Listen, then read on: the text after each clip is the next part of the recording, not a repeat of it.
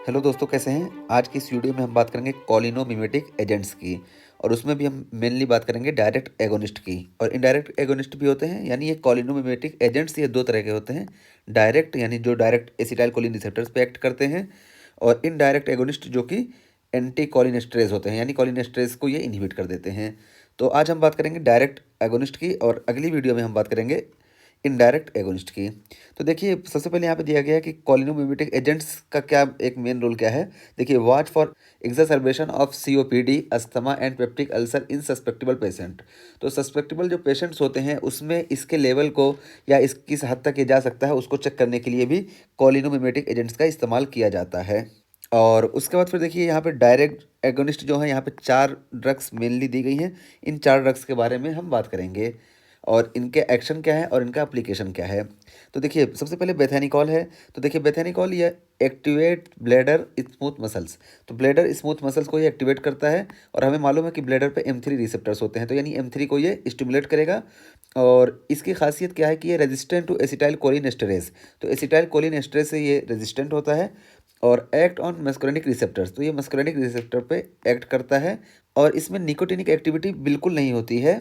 और फिर यहाँ पे ये निमोनिक बताया गया, bethanechol me to activate your bladder. तो इसके ज़रिए हम याद कर सकते हैं कि ये बेथेनिकॉल ये ब्लेडर को एक्टिवेट करने के लिए इस्तेमाल होता है।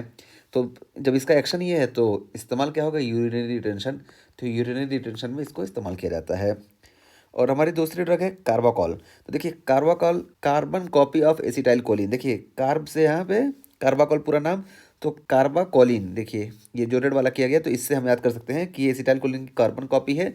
लेकिन ये है कि एसिटाइल कोलिन जो है ये एसिटाइल कोलिन एस्टरेज से ये रेजिस्टेंट नहीं होती है, इसलिए बहुत शॉर्ट हाफ लाइफ होती है। जबकि कार्बाकॉल ये एसिटाइल कोलिन एस्टरेज से रेजिस्टेंट है, इस वजह से इसकी हाफ लाइफ बढ़ जाती है।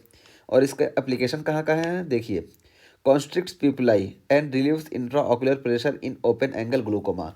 तो ये पिपल को कॉन्स्ट्रिक्ट कर देती है, और इसी वजह से इसका इस्तेमाल ओपन एंगल ग्लूकोमा में होता है। और इसका इस्तेमाल क्लोज्ड एंगल ग्लूकोमा में भी होता है, लेकिन यहाँ पे ओपन एंगल ग्लूकोमा बताया गया है।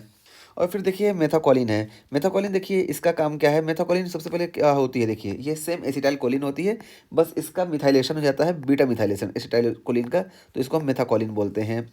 और इसका फंक्शन क्या होता है, देखिए, स्टिमुलेट मस्कुलिनिक रिसेप्टर्स इन एयरवे। तो एयरवे में ये मस्कुलिनिक रिसेप्टर्स को स्टिमुलेट करेगी, जबकि इसको इनहेल किया जाता है, तो इसको इनहेल करने पे ये मस्कुलिनिक रिसेप्टर्स को स्टिमुलेट कर देती है। इसीलिए इसका इस्तेमाल चैलेंज टेस्ट में किया जाता है अस्थमा के डायग्नोसिस के लिए। तो अस्थमा के डायग्नोसिस में चैलेंज टेस्ट किया जाता है, उससे अस्थमा की सीवियरिटी का पता लगाया जाता है कि कितना है या नहीं है। और फिर लास्ट ड्रग जो हमारी है, पाइलोकार्पिन। तो पाइलोकार्पिन, देखिए ये कॉन्ट्रैक्ट सिलियरी मसल्स ऑफ आई। तो आई की सिलियरी मसल्स को ये कॉन्ट्रैक्ट कर देती है, जिसकी वजह से इसका इस्तेमाल ओपन एंगल ग्लूकोमा में किया जाता है। और ये पेपिलरी स्फिंक्टर को भी कॉन्ट्रैक्ट कर देती है, जिसकी वजह से इसका इस्तेमाल क्लोज्ड एंगल ग्लूकोमा में भी किया जाता है। और ये क्लोज्ड एंगल ग्लूकोमा की ड्रग ऑफ चॉइस है, और ये रेजिस्टेंट टू एसिटाइल कोलिनेस्टरेज है, जिसकी वजह से इसकी हाफ लाइफ बढ़ जाएगी। और इसकी एक खासियत ये है कि ये can cross blood brain barrier. तो ये ब्लड ब्रेन बैरियर को भी क्रॉस कर सकती है। और फिर यहाँ पे इसको निम्नलिखित की भी हम बात करते हैं। सबसे पहले देखिए, ये क्या है, इसका एप्लीकेशन क्या है।